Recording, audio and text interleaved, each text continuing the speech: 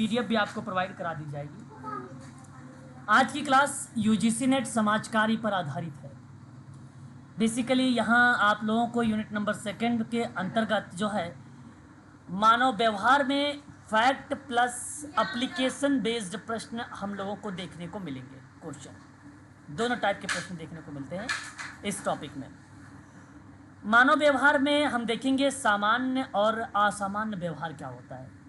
Simple सी बात है, केवल सामान्य और असामान्य व्यवहार के बारे में हम थोड़ा सा डेफिनेशन देखें, क्योंकि यही परिभाषा यदि आपको पता है कि सामान्य व्यवहार क्या होता है और असामान्य व्यवहार क्या होता है, तो जो भी प्रश्न बनेंगे उन प्रश्नों को आप आसानी से सॉल्व कर पाएंगे, है ना। बेसिक चीज़ें से निर्धारित होती है इसका। अब इसमें सामान्य और असामान्य व्यवहार के कुछ निर्धारक तत्व हैं। निर्धारक तत्व का मतलब ये होता है कि कुछ एलिमेंट होते हैं और उन तथ्यों के द्वारा प्रभावित होता है व्यवहार, है ना। व्यवहार क्या होता है? प्रभावित होता है। पहले मेरी बात को सुन लीजिएगा, जिसमें व्यवहार में भिन्नता देखने को मिलेगी। जैसे मान लीजिए आप अगर समाज में एक पॉजिटिव व्यवहार कर रहे हैं, डेली रूटीन वाला व्यवहार कर रहे हैं, तो एक सहज क्रिया मानी जाती है, और एक सामान्य व्यवहार है, उसमें कोई टीका टिप्पणी भी नहीं करता है। यदि वही व्यवहार समाज में कुछ यूनिक तरीके से हो जाए, है ना, कुछ यूनिक तरीके से मतलब दूसरे से भिन्न हो जाए, है ना, तो उस क्रिया में उसे असामान्य व्यवहार कहते हैं, है ना। असामान्य व्यवहार बेसिकली नकारात्मकता के परिप्रेक्ष्य में देखा जाता है, नकारात्मकता के दृष्टिकोण में देखा जाता है ना। तो संसार के किसी भी व्यक्ति का व्यवहार पूर्णतः दूसरे व्यक्ति के साथ मेल नहीं खाता। जैसे मैं कोई व्यवहार कर रहा हूँ, ठीक, डिक्टो आप कॉपी करें, ठीक है, तो ये ऐसे जो मिमिक्री हो सकती है, कुछ ऐसी एक्टिविटीज़ हो सकती हैं कि अगले व्यक्ति की तरह, लेकिन वो क्षणिक भर के लिए होती है ना। आप ये कहो कि उसका टोटली बिहेवियर मैं कॉपी कर लूँ, ये पॉसिबल नहीं है, ये पॉसिबल नहीं है। तो एक व्यक्ति का व्यवहार दूसरे व्यक्ति का व्यवहार यूनिक होगा। रीज़न भी यही है कि हर एक व्यक्ति यूनिक है, अद्वितीय है ना, रीज़न यही है। तो व्यवहार पर आनुवंशिकता के साथ जो परिस्थिति यानी परिवेश और वातावरण इत्यादि के द्वारा ये जो है प्रभावित होता है। तो इसमें अगर मैं आपसे बात करूं तो एक आता है सृजनात्मकता, पॉइंट आता है, और वो जो क्रिएटिविटी होती है, उसी सृजनात्मकता को हम लोग कहते हैं कि ये निर्धारक तत्व है ना। अभी थोड़ा सा देखेंगे हम लोग। और परिवार है, निर्धारक तत्व हो गया, ठीक है। परिवार यहाँ पर्टिकुलर ये नहीं बताया जा रहा है कि सामान्य व्यवहार और असामान्य व्यवहार, यहाँ मानव व्यवहार के बारे में दर्शाया जा रहा है कि निर्धारक तत्व होगा, है ना। सृजनात्मकता, परिवार, खेल, मित्र, पड़ोस, शिक्षालय, संस्कृति, परिस्थिति इत्यादि कुछ ऐसी ही शब्द हैं जो निर्धारक तत्व के अंतर्गत आते हैं। उसके बाद हम लोग देखेंगे मानव विकास का जीवनावधि परक स्वरूप। इसका कहने का आशय क्या होता है? मानव वृद्धि और विकास का सिद्धांत से एक सवाल आता है ना। यूजीसी नेट में ऑनलाइन में बेसिकली देखा गया है पेपर में कि मानव विकास और वृद्धि के सिद्धांत कौन कौन से होते हैं, और फिर उसके बाद कहता है कि प्रसव पूर्व शैशवावस्था, यानी आपसे ये भी बोल रहा है कि मानव वृद्धि और विकास के लिए कुछ अवस्थाएं होती हैं। जीवनावधि परक स्वरूप में हम लोग देखते हैं कुछ स्टेजेस, जैसे प्रसव पूर्व, शैशवावस्था, बाल्यावस्था, बालकपन, तरुणाई। तरुणाई एक देखो, अगर आप लोगों ने बीएड बीटीसी वगैरह अगर आपने किया होगा तो आप लोगों ने यौवना अवस्था एक होती है, किशोरावस्था और बालकपन अवस्था के बीच की स्टेज होती है। देखिए क्रम लिखा हुआ, ये यूजीसी नेट सिलेबस के अनुसार ये क्रम है। पहले प्रसव, फिर उसके बाद शैशव, फिर बाल्या, फिर बालकपन, फिर तरुणाई अवस्था आती है ना। फिर इसे तरुणाई, इसे प्यूबर्टी इंग्लिश में कहा जाता है ना। तो थोड़ा सा देखेंगे और इनमें हम केवल अंतर देखेंगे तरुणाई अवस्था में कि युवक और युवतियों में कौन कौन से परिवर्तन होते हैं, है ना। तो इसमें ज़्यादातर शारीरिक परिवर्तन ज़्यादा देखने को मिलते हैं तरुणाई अवस्था में। तो तरुणाई अवस्था के अंतर्गत हम लोग शारीरिक परिवर्तन को देखेंगे, ठीक है।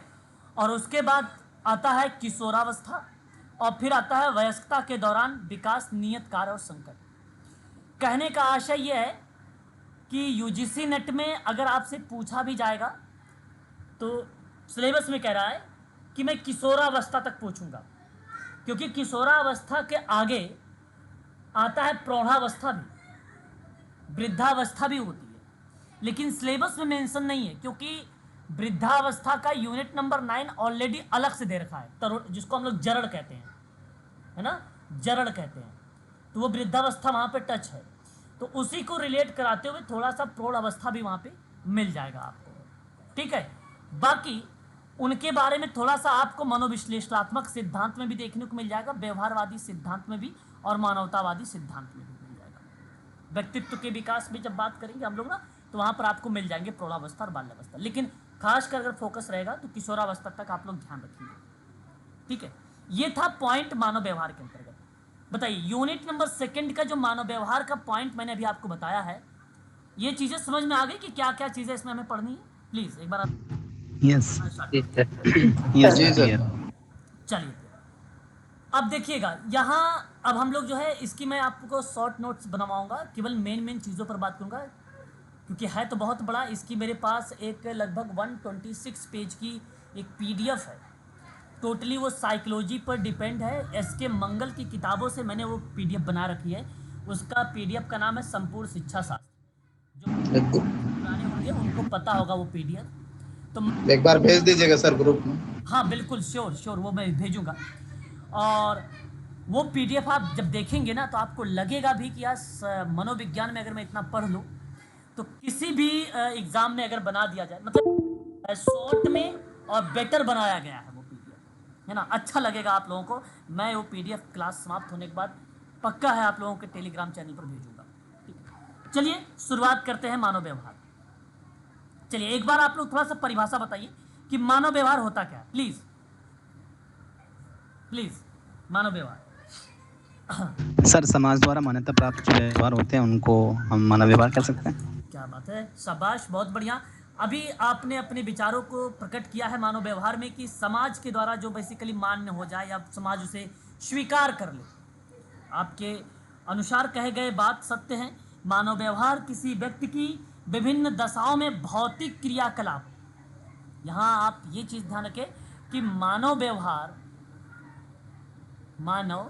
व्यवहार किसी, ये पीडीएफ मैं आपको शेयर करूंगा, किसी व्यक्ति की विभिन्न दशाओं में भौतिक क्रिया कलाप और प्रेक्षणी एक मापन होता है बेसिकली, जो प्रेक्षणी भावनात्मक दशाओं के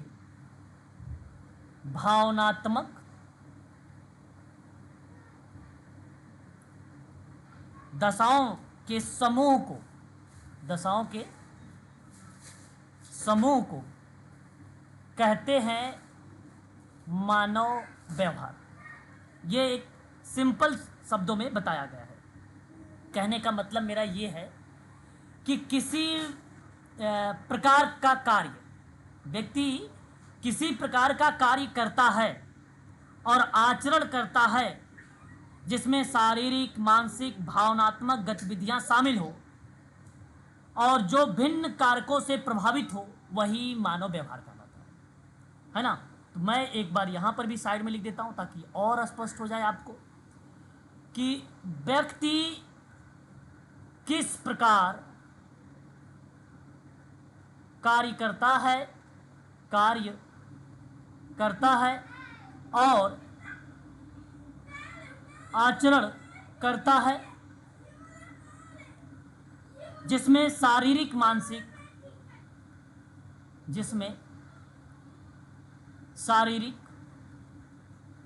मानसिक,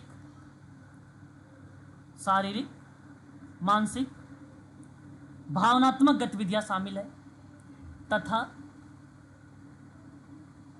भावनात्मक क्रियाकलाप या गतिविधि, बात दोनों एक ही होता है, इसको इंग्लिश में एक्टिविटी कहते हैं, क्रियाकलाप शामिल है या शामिल होती है, उसे हम लोग मानव व्यवहार कहते हैं। बस ये एक सिंपल अर्थों में मैंने आपको बताया है। तो मानव के व्यवहार का निश्चित उद्देश्य होता है कि मानव जो भी कार्य करता है और जो भी प्रतिक्रिया देता है, जैसे आप जो भी मुझे रिस्पॉन्स दे रहे हैं और जो भी क्रिया कर रहे हैं आप, उसका एक अर्थ होता है कि नहीं।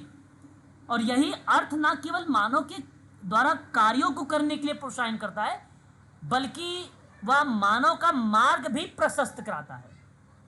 जैसे हमें प्यास लगती है तो हम पानी ढूंढते हैं, क्योंकि प्यास एक प्रेरक है, एक मोटिव है ना, प्रेरक है, मोटिव है, और हमें पानी खोजने के लिए वो क्या करता है, विवश करता है।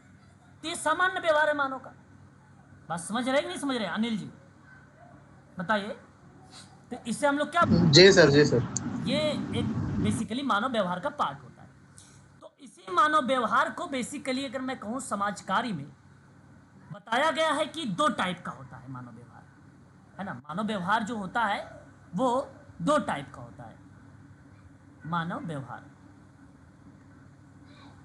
के प्रकार, तो एक टाइप जो बनता है वो बनता है सामान्य व्यवहार, ठीक है, और एक बनता है असामान्य व्यवहार।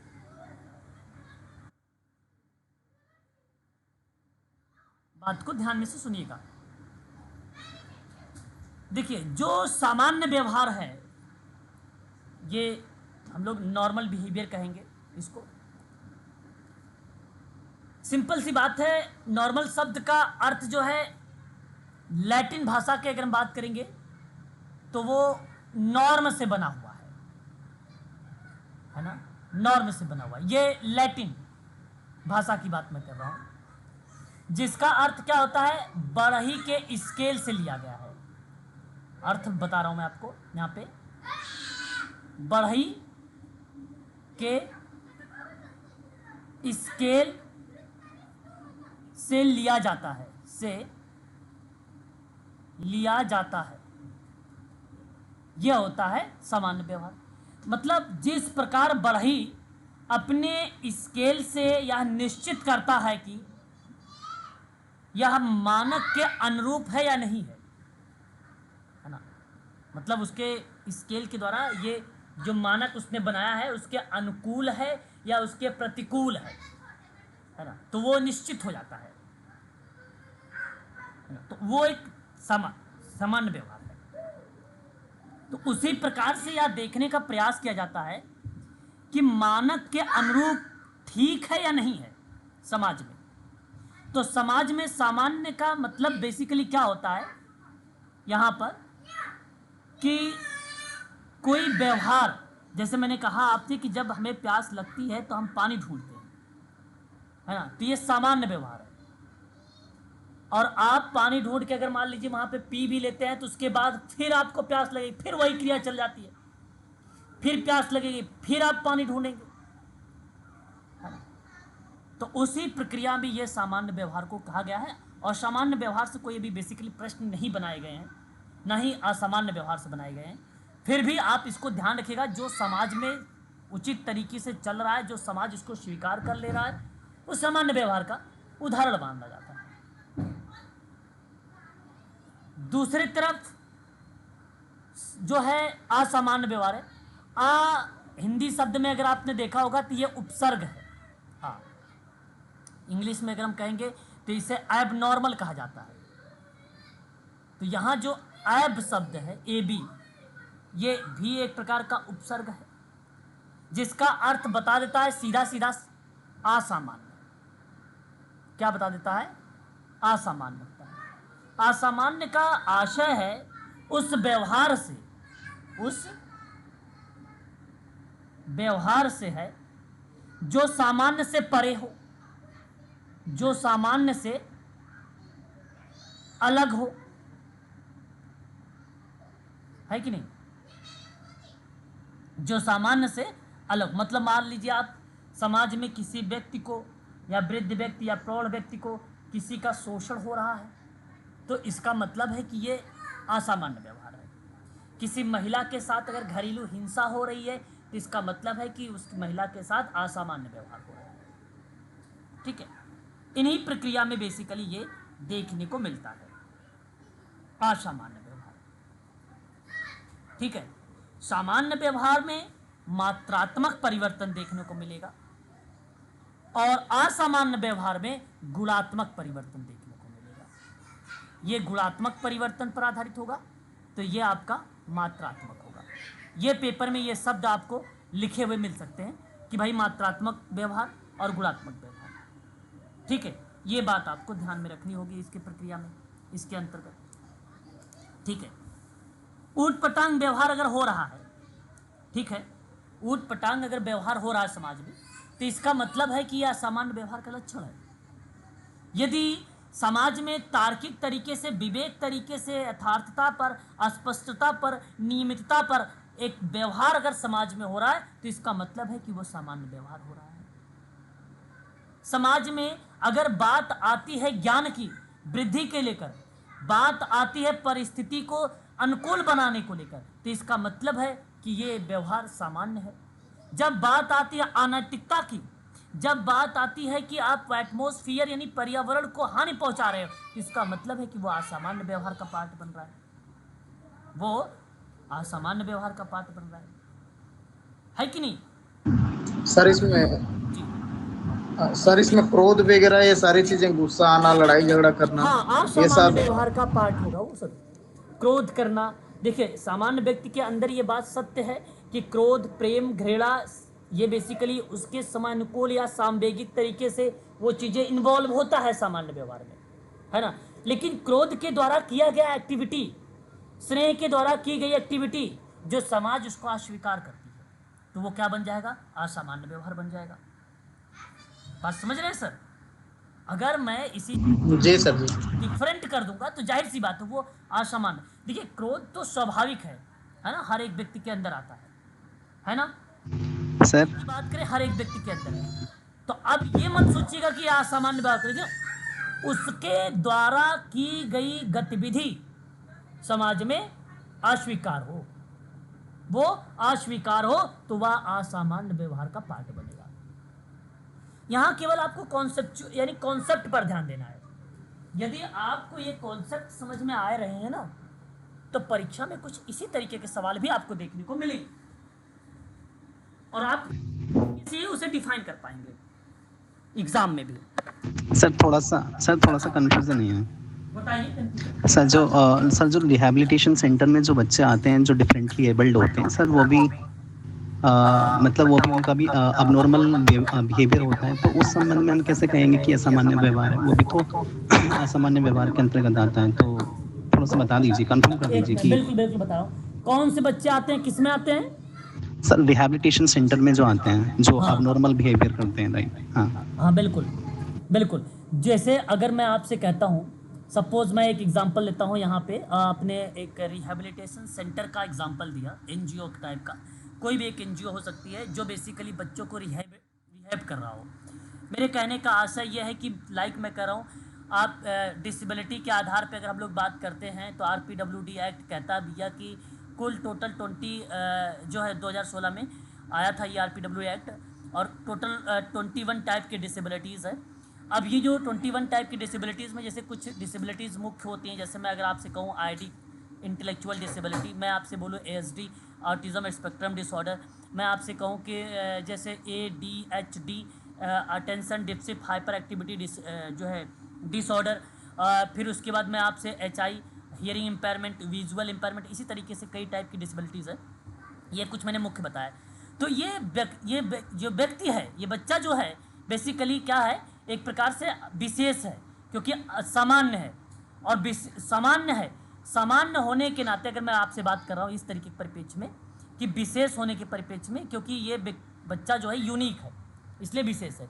ये विभिन्न प्रकार की गतिविधि करता है, एक्टिविटीज़ करता है। जैसे ASD वाले को ले लो, है ना, ये विशेष प्रकार, ये समाज से परे होता है, ठीक है, ये समाज से, अब इसे जो है रिहेबिलिटेशन सेंटर में डाला जाता है, रिहेबिलिटेशन सेंटर में डाला जाता है। इसको बेसिकली जो उसका करंट लेवल है उसी के आधार पे उसे उसके व्यवहार में मॉडिफाई किया भी जाता है और फिर उसे समाज की मुख्य धारा से जोड़ने का प्रयास भी किया जाता है, ताकि वो अपनी जो भी एज के अनुसार जो भी उसके अंदर एक्टिविटीज़ आती है उसमें वो सक्षम रहे, ठीक है। अब वो बच्चा जब आएगा ना तो वो असामान्य व्यवहार के साथ आएगा, है ना, और रिहेबिलिटेशन के माध्यम से उसे क्या किया जाएगा, समाज की मेन स्ट्रीम यानी समाज की मुख्य धारा से जोड़ा जाएगा।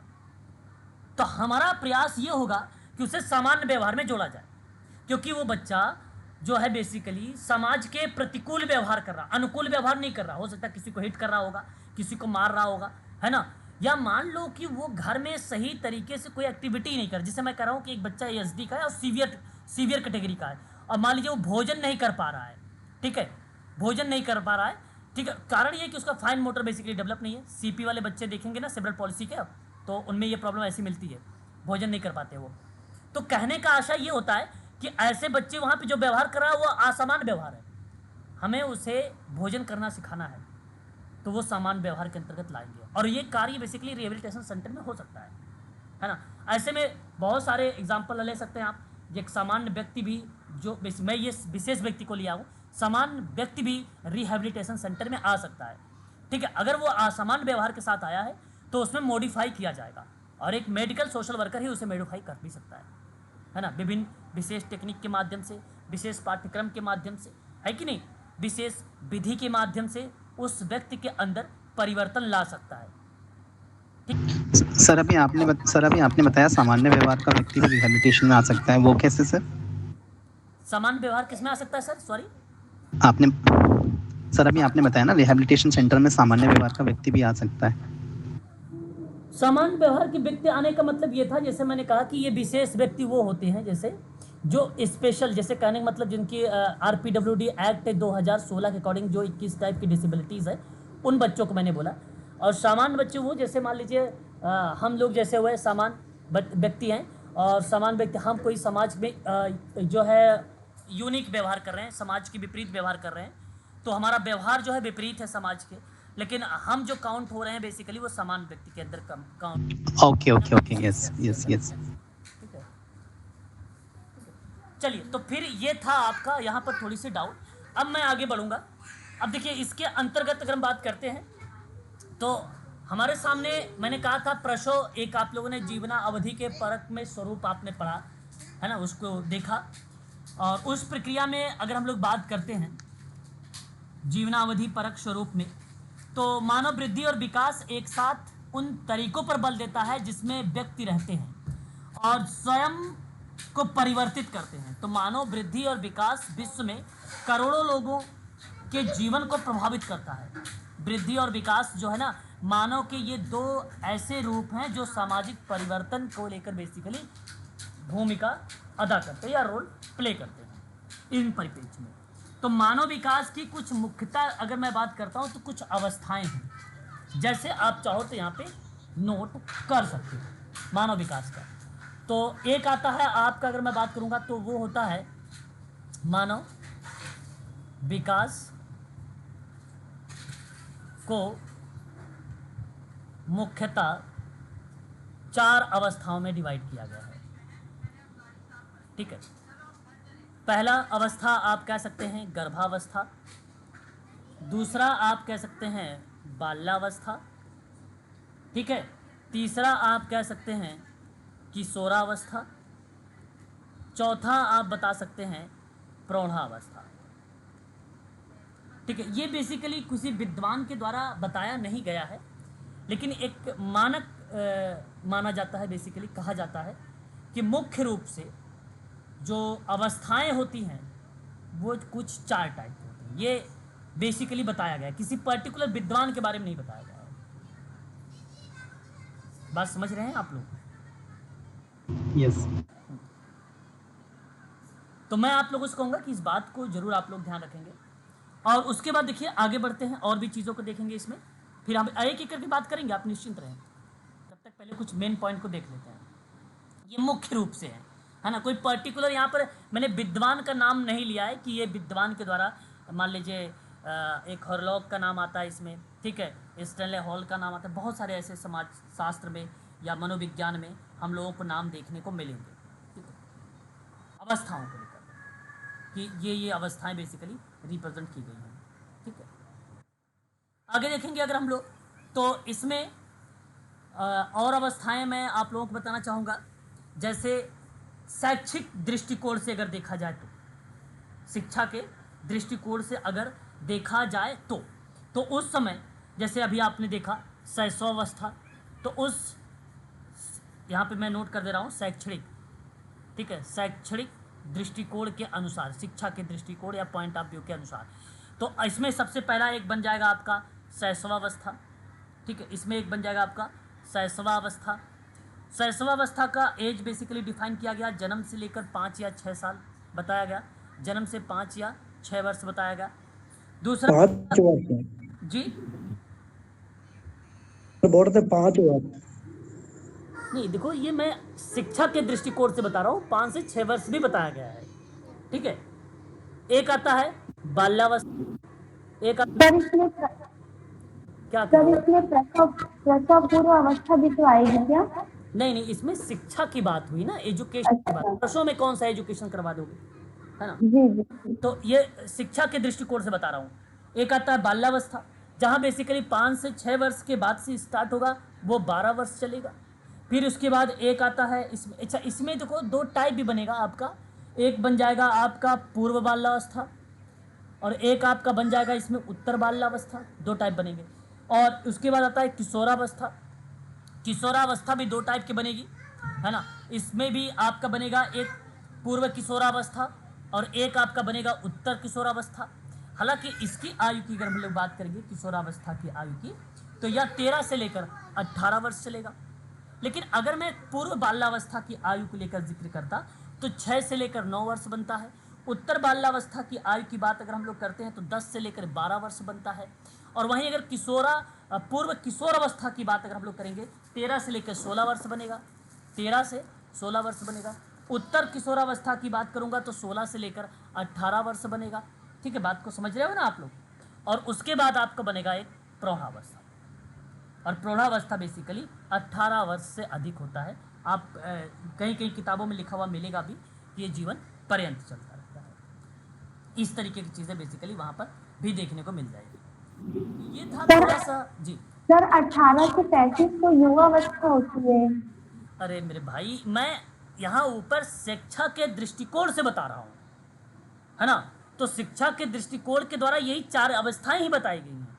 इसमें तो तरुणाई भी छूट गया है, इसमें युवावस्था भी छूट गया, इसमें कई ऐसी अवस्थाएं हैं जैसे वृद्धावस्था भी छूट गया, है ना। तो ये शिक्षा के पॉइंट आपसे बताया जा रहा है मानव वृद्धि और विकास की अवस्था। बात समझ रहे हो मैडम? जी सर जी हाँ। तो ये उनके अनुसार बताया जा रहा है।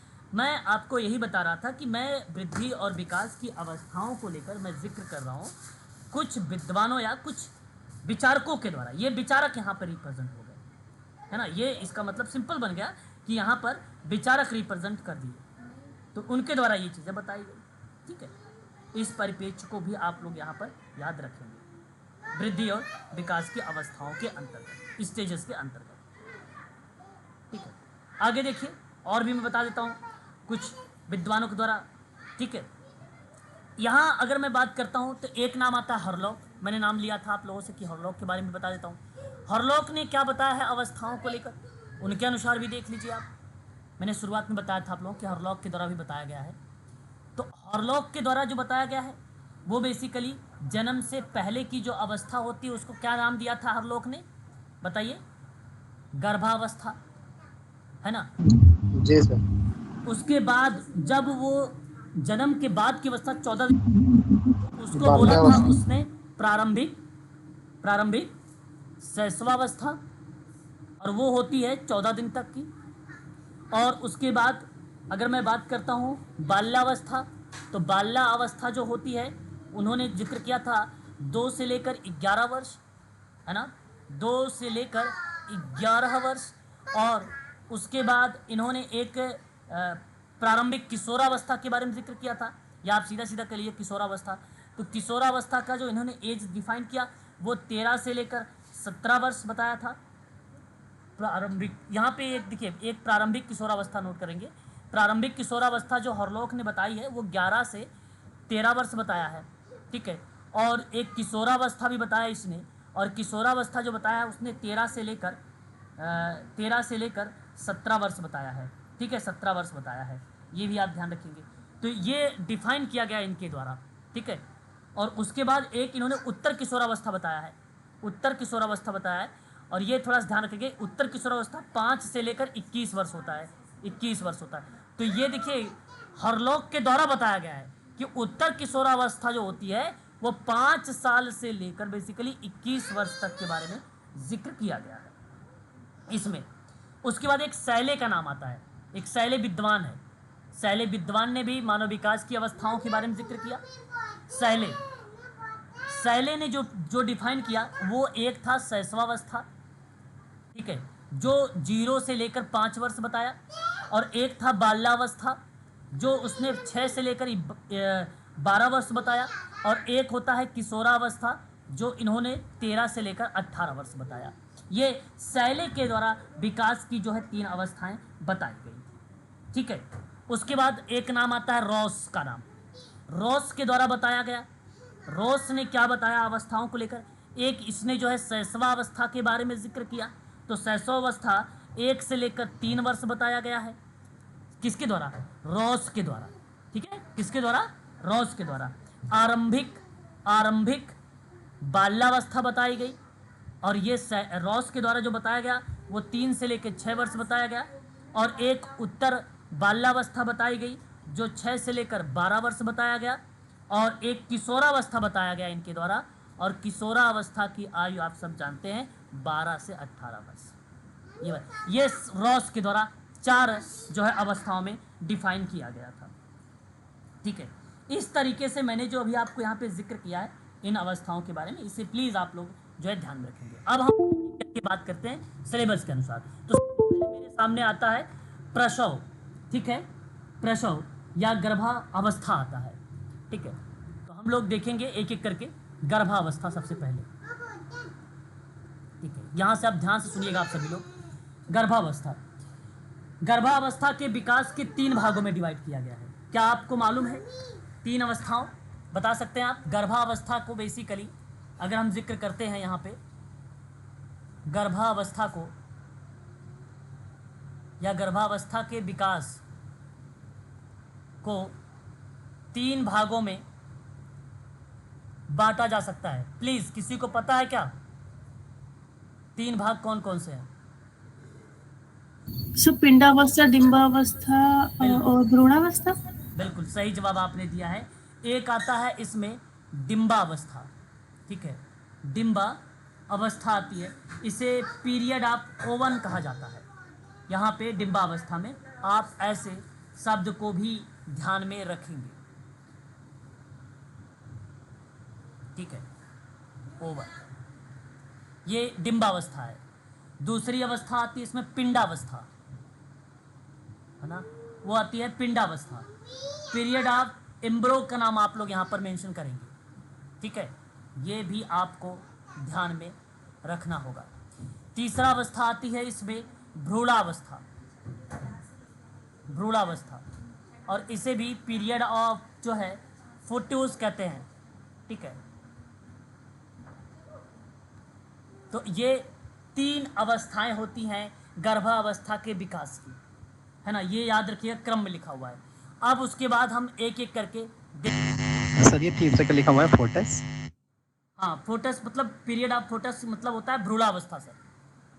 ये गर्भस्थ अवस्था का भी कहीं कहीं जिक्र किया जाता है इसके बारे में।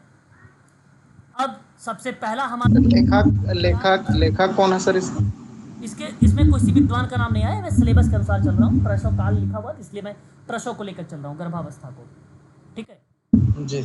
विद्वान का नाम नहीं आता है कि उसने जिक्र किया है। ये सिलेबस में भी अगर होता है जिक्र तो उसमें लिखा होता है सिलेबस में। तो सबसे पहले मैं आप लोगों से डिंबावस्था के बारे में जिक्र करने चल रहा हूँ, इसको आप थोड़ा ध्यान से सुनिएगा। यह अवस्था डिंबावस्था, ठीक है, यह अवस्था बेसिकली अगर हम जिक्र करते हैं तो अंडाणु के, ठीक है, अंडाणु के निषेचन, अंडाणु के निषेचन के बाद, निषेचन के बाद लगभग 2 सप्ताह तक चलती है, 2 सप्ताह तक चलती है। पहला पॉइंट रहेगा इसमें। दूसरा पॉइंट, इस दौरान, इस डिंबावस्था की बात मैं कर रहा हूं, इस दौरान संयुक्त कोष,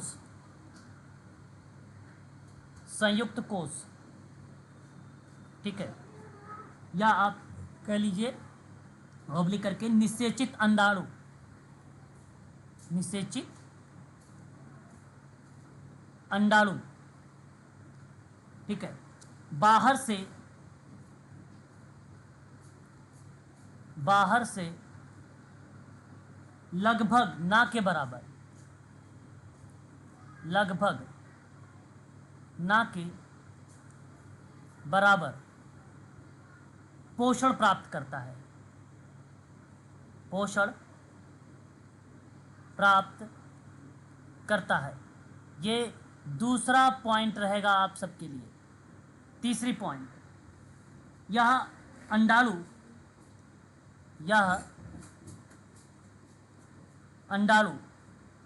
इस समय, डिंबावस्था की बात हो रही है ना, इस समय अंडकोश द्रव्य, अंडकोश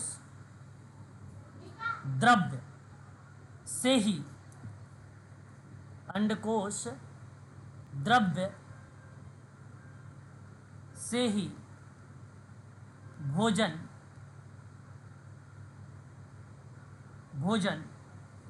प्राप्त करता है, ठीक है। और अब तक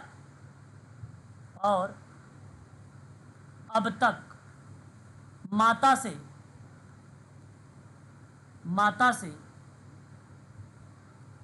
से भी नहीं जुड़ा होता है, नहीं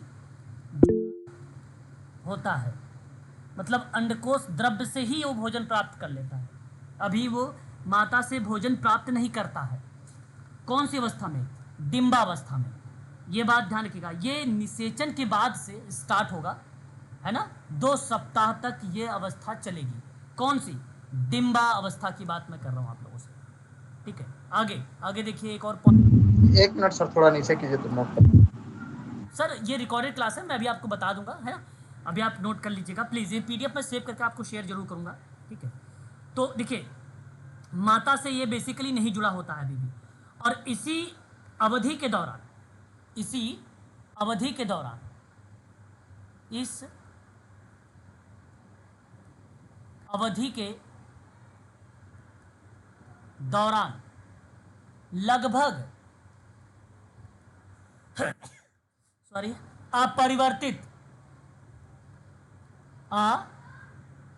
अपरिवर्तित ही रहता है,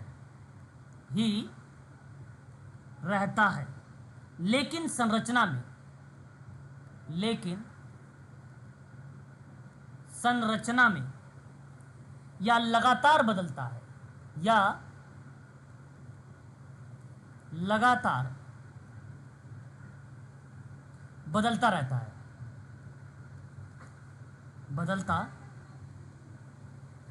है, और तथा निषेचित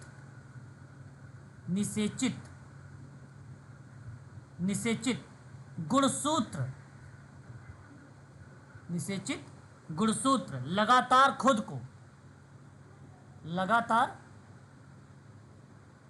को विभाजित करता है, ठीक है। ये भी पॉइंट हमारे लिए इंपॉर्टेंट रहेगा कि यहाँ जो शब्द रिलेट कराया गया है गुणसूत्र, तो ये चीज़ ज़रूर ध्यान रखेंगे आप सभी लोग। क्रोमोसोम्स बेसिकली इस अवधि के दौरान लगभग अपरिवर्तित ही रहता है, लेकिन संरचना में या लगातार बदलता रहता है, और निषेचित गुणसूत्र लगातार खुद को विभाजित भी करते हैं। आप सबको पता भी होगा क्रोमोसोम्स के बारे में या क्रोमोसोम्स के बारे में। कुल मानव कोशिका में जो गुणसूत्रों की संख्या है, कुल कितनी है? 23 46।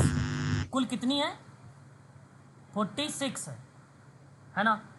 और 23 गुणसूत्रों में अगर आपने पढ़ा भी होगा वो 23 जोड़े है ना।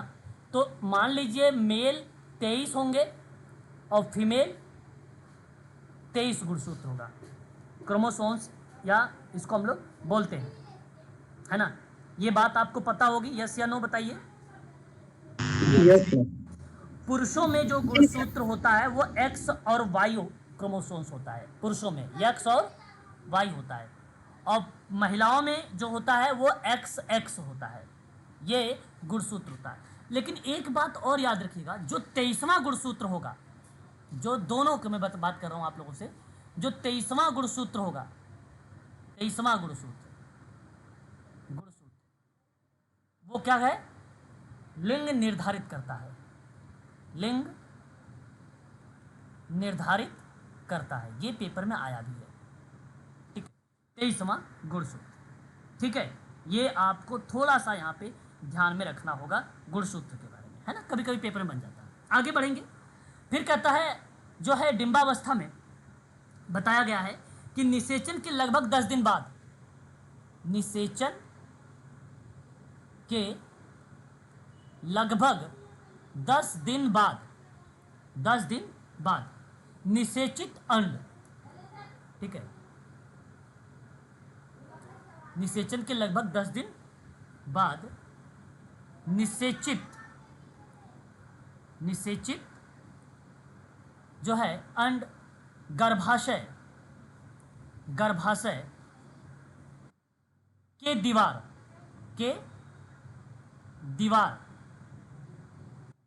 के आसपास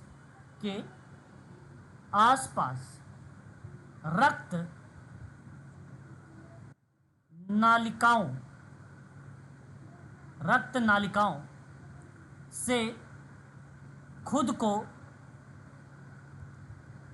जोड़कर पोषण का एक नया माध्यम पा लेता है, एक नया माध्यम पा लेता है, ठीक है। 10 दिन के बाद, निषेचन के 10 दिन के बाद, ठीक है, 10 दिन के बाद। लेकिन इस अवस्था के अंडाणु के निषेचन के बाद की जो क्रिया लगभग है वो लगभग 2 सप्ताह तक चलेगी, 14 दिन तक की, है ना। पेपर में ये चीज़ आ सकती है, तो पेपर में पूछेगा भाई कि कितने दिन बाद बेसिकली रक्त नालिका से जुड़ जाता है, जहाँ बेसिकली पोषण का एक नया माध्यम वो पा लेता है, तो वो आप कहिएगा 10 दिन लिखा रहेगा ऑप्शन में आपके, तो वहाँ पर आप इसको सही कर दीजिएगा। एक लास्ट पॉइंट इस डिंबावस्था को लिखिएगा, और ये भी अपने आप में इंपॉर्टेंट है, लास्ट वाला पॉइंट भी। इस दौरान अगर ठीक है अंडाणु खुद को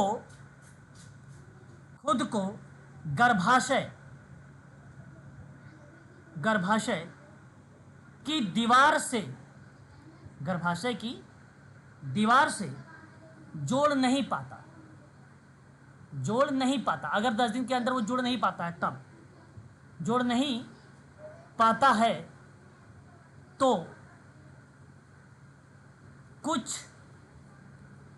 समय बाद निष्क्रिय या आप कह लीजिए डेड, ठीक है, हो जाता है और उसका जीवन काल वहीं समाप्त हो जाता है,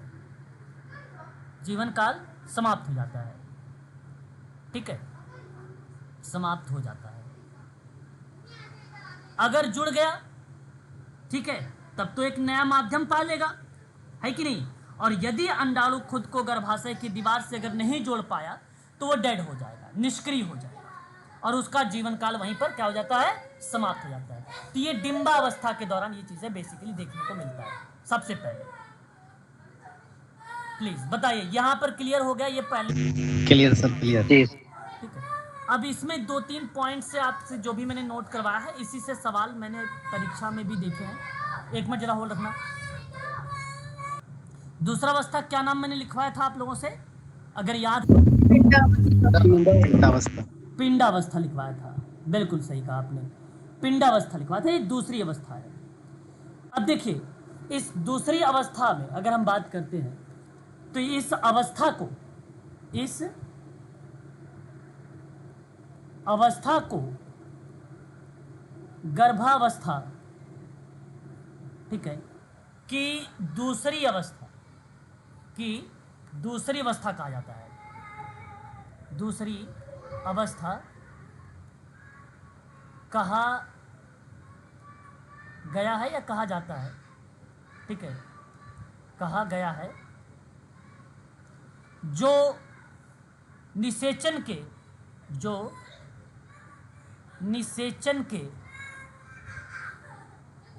तीसरे सप्ताह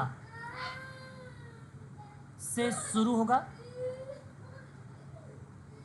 होकर 8वें सप्ताह तक चलती है, ठीक है। ये आपका टिम्बा जो है पिंडावस्था के अंतर्गत ये बात बनती है। ये चीज़ आप ध्यान रखना है, ये पहले पॉइंट। उसके बाद देखिए, इसी पिंडावस्था में और भी चीज़ें बनेगी जो बेसिकली इंपॉर्टेंट रहेंगे वो भी। इसमें अगर हम बात करेंगे तो इससे 6 सप्ताह या 6 सप्ताह, हाँ ठीक, 6 सप्ताह, ठीक है, 6 सप्ताह तक चलने वाली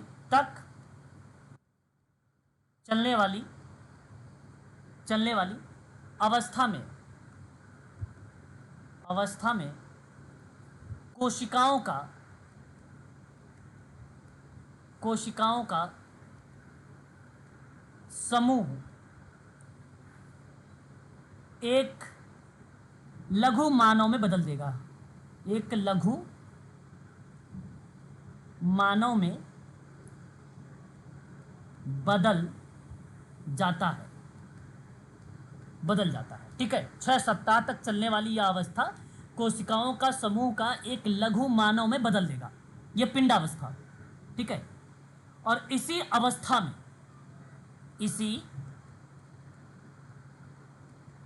अवस्था में जो है ओवल, नाभिनाल तथा गर्भ झिल्ली का विकास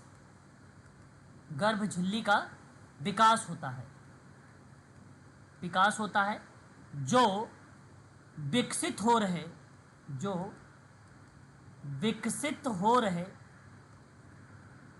शिशु के लिए सुरक्षा का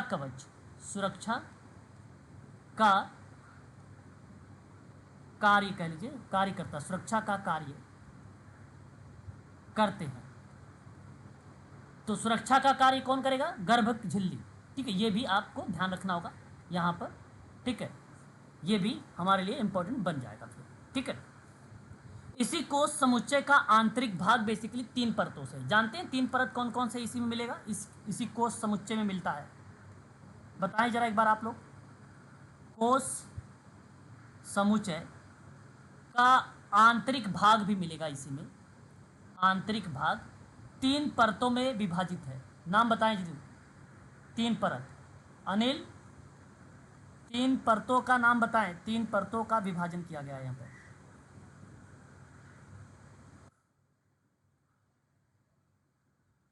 बताइए भाई, किसी को नहीं? सर आंतरिक परत, बाह्य परत और मध्य परत। बिल्कुल बिल्कुल। बाह्य परत एक बनता है जिसे हम लोग बोलेंगे एक्टोडर्म, और एक बनता है मध्य परत जिसे हम लोग बोलेंगे मेसोडर्म। एक बनेगा आंतरिक परत जिसे हम लोग बोलेंगे एंडो डर्म, ठीक है। ये 3 परत होती है।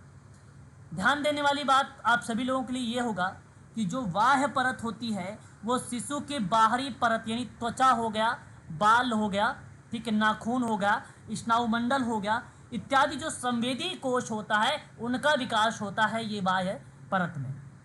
और मध्य परत वो होती है जिसमें बेसिकली मलमूत्र विसर्जन या अंगोत्र या रक्त संचार या मांसपेशियां आदि का विकास होता है। बेसिकली यहाँ पे पेपर में जब पूछा गया है वो रक्त पूछा गया है, दूसरा ऑप्शन में आप रख लीजिए मांसपेशियां, ठीक है, ताकि आपको याद रहे। तो इन्हीं दोनों में से ये मांसपेशियां और रक्त कौन से परत में डेवलप होती है, तो आप बताइएगा मध्य परत में, जिसको मेसोडर्म कहा जाता है। तीसरा आंतरिक परत होता है, इसमें ना शिशु की लार ग्रंथि हो गई, श्वसन तंत्र हो गया, पाचन तंत्र हो गया और जिगर हो गया, थायराइड ग्रंथि हो गया इत्यादि का जो विकास होता है वह आंतरिक परत में विकास होता है। ये था आपका पिंडावस्था की आयु, जिसमें दूसरी अवस्था इसका नाम दिया गया और यह तीसरे सप्ताह से शुरू होता है, 8वें सप्ताह तक चलता है। ये बहुत इंपॉर्टेंट जो है स्टेज मानी जाती है पिंडावस्था, वेरी वेरी मोस्ट इंपॉर्टेंट होता है पिंडावस्था। सर आंतरिक में और क्या क्या बताया था आपने लाल ग्रंथि के अलावा? लार ग्रंथियां हैं और आपकी श्वसन तंत्र है, पाचन तंत्र है, ठीक है, हार्ट यानी जिगर, फिर थायराइड ग्रंथियां है इत्यादि जो ग्लैंड्स होती हैं उनका बेसिकली डेवलपमेंट जो है देखने को मिलता है आंतरिक परत में, है ना, आंतरिक परत में, ठीक है। इतनी बात क्लियर हुई? एक बार स्पष्ट करेंगे तो फिर मैं आगे बढ़ूंगा। जी सर। जी सर। उसके बाद अगर हम बात करते हैं एक लास्ट, देखिए आपके ये सिलेबस में ना मेंशन किया गया है ये टॉपिक, यहाँ पे देखिए, यहाँ लिखा हुआ है प्रसव पूर्व के बारे में, है ना। अतः आपका प्रसव पूर्व वाली कंडीशन में ये 3 अवस्थाएं जो मैं नोट करवा रहा हूँ ये चीज़ें शामिल रहेंगी, ठीक है, ये बात ध्यान रखिएगा। एक लास्ट अवस्था इसके प्रसव पूर्व के अंतर्गत वो आएगा आपका कौन सा अवस्था? भ्रूणावस्था। इसे गर्भस्थ शिशु की अवस्था का नाम भी दिया गया है किसी किसी किताबों में, है ना, किसी किसी किताबों में मिलता है।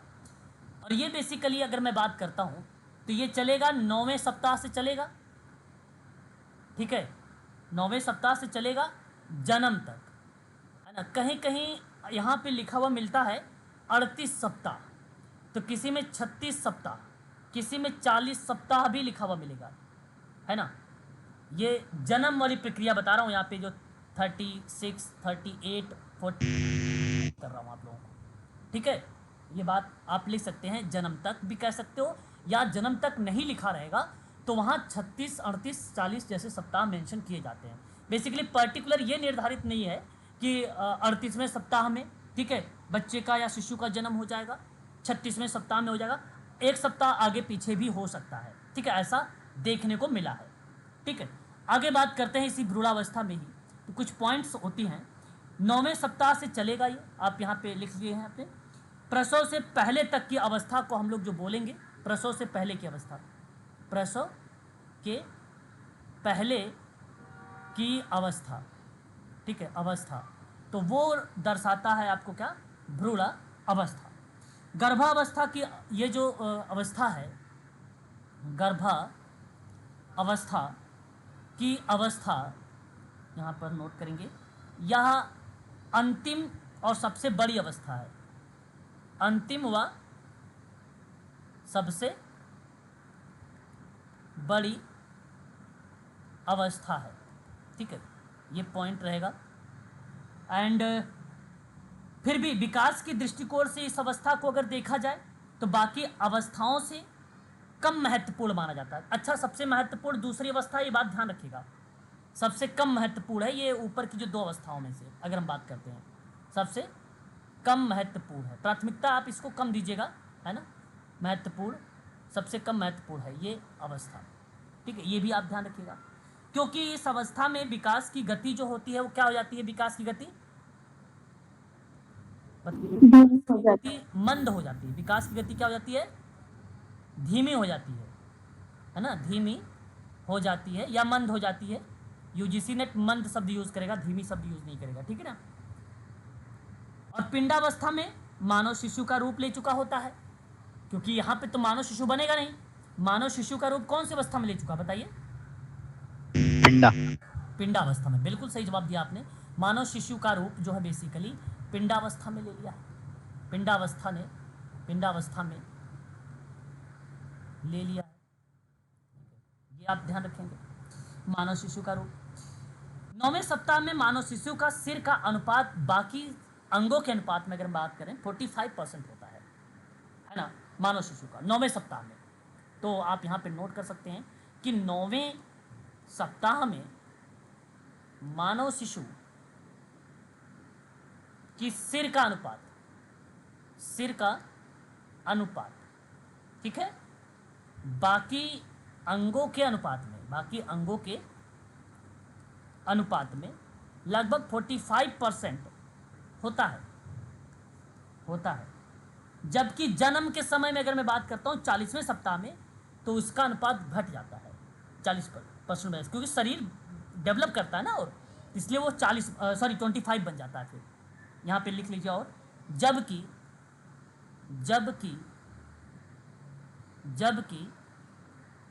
40वें सप्ताह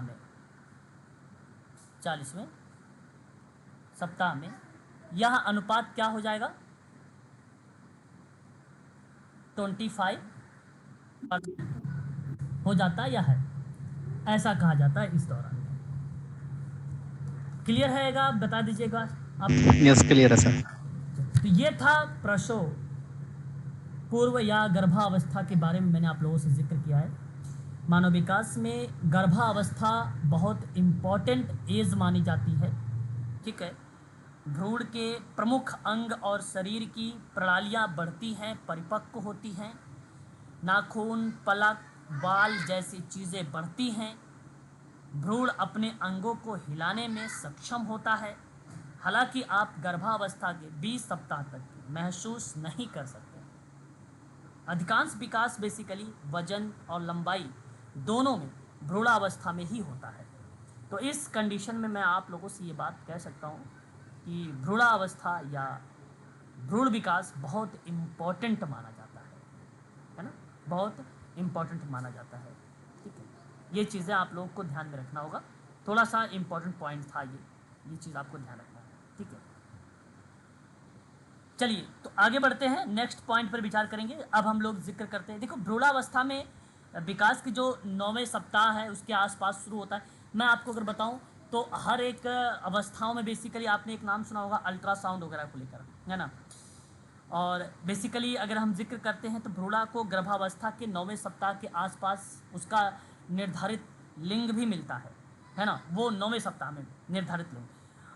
हालांकि आपका स्वास्थ्य सेवा प्रदाता अभी तक अल्ट्रासाउंड पर इसका पता नहीं लगा सकता, क्योंकि वो बेसिकली इनवैलिड है। अगर पता चल भी गया है ना, तो उसका जो स्वास्थ्य सेवा प्रदाता है उसकी सर्टिफिकेट रद्द कर दी जाएगी, है ना। और हर अदर कंट्रीज़ में अगर आप जाते हैं, जैसे नेपाल हो गया, आपका यूएसए वगैरह हो गया, उस वहाँ पर बेसिकली पता किया जा सकता है ना, भ्रूण के बारे में, है ना, लेकिन अपने इंडिया में नहीं। और भ्रूण के प्रमुख अंग और शरीर की प्रणालियाँ बढ़ती हैं, परिपक्व होती हैं, नाखून हो गए, पलक हो गए, बाल जैसी चीज़ें बढ़ती रहती हैं, है ना। तो ये सभी चीज़ें बेसिकली हम लोग जो देखते हैं वो गर्भावस्था के दौरान ही देखते हैं, है ना। गर्भावस्था की शुरुआत वास्तव में जो है अंतिम मासिक धर्म के पहले दिन से ही स्टार्ट होती है। और यह भ्रूण का जो गर्भकालीन आयु होता है ये बेसिकली गर्भाधान की वास्तविक समय लगभग 2 सप्ताह पहले ही होती है ना। हालांकि यह अजीब लगता है या अजीब लग सकता है, लेकिन आपके अंतिम जो मासिक धर्म है उससे पहले दिन की जो तारीख है वो नियत तिथि पर निर्धारित करने के लिए बेसिकली महत्वपूर्ण तिथि मानी जाती है, ठीक है। तो इस तरीके से ये चीज़ें बेसिकली देखने को मिलता है हम लोग, ठीक है। चलिए आगे बढ़ते हैं, और उसके बाद चलिए आज के लिए इतना ही रखेंगे हम लोग, है ना। कल हम लोग जिक्र करेंगे शैशवावस्था के बारे में, ठीक है। शैशवावस्था कल आपके ये टॉपिक समाप्त कर दूंगा मैं, शैशवावस्था, बाल्यावस्था, किशोरावस्था, ठीक है। ये पॉइंट अवस्था भी आपकी कल समाप्त कर दूंगा, ठीक है। ये पॉइंट थोड़ा सा हम लोगों ने यहाँ पे प्रसव काल के बारे में थोड़ा डीप देखा, क्योंकि यहाँ आप लोगों से अगर प्रश्न बनेंगे तो फैक्ट वाले ही प्रश्न बनाए जा सकते हैं, मुझे जहाँ तक लगता है ऐसा, है ना। अगर पेपर में आया भी है तो फैक्ट वाला ही आया है, दिन वगैरह को लेकर पूछा गया है इसमें। तो आज के लिए बस इतना ही रहे, प्लीज बताएं। जी सर। जी सर। चलिए फिर मैं इसको अभी सेव कर लेता हूँ PDF, और सेव करके आप लोगों को ना ये प्रोवाइड करा दूंगा आसानी से, ताकि आपको मिल जाए।